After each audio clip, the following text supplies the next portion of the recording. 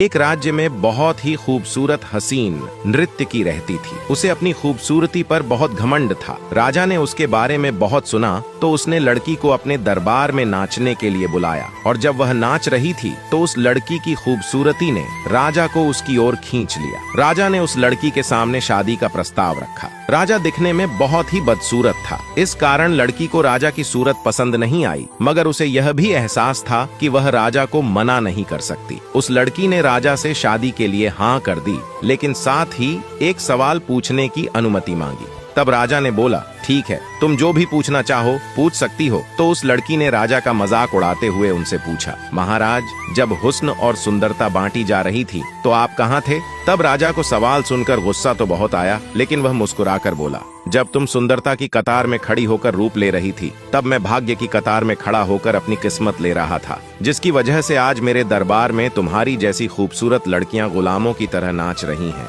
निष्कर्ष, चाहे आप जैसे भी दिखते हो या आपके पास जो भी हो, अगर आपको लगता है कि आपके पास दूसरों से कहीं बेहतर है तो कभी भी उस बात पर घमंड मत कीजिए। आपकी खूबसूरती आपकी किस्मत से बड़ी नहीं है, इसीलिए अपनी खूबसूरती पर कभी घमंड मत करो। और आप इस बात से सहमत हैं तो अपनी राय जरूर दीजिए और इसी तरह की कहानियों के लिए हमारे पेज के साथ जुड़े रहिए।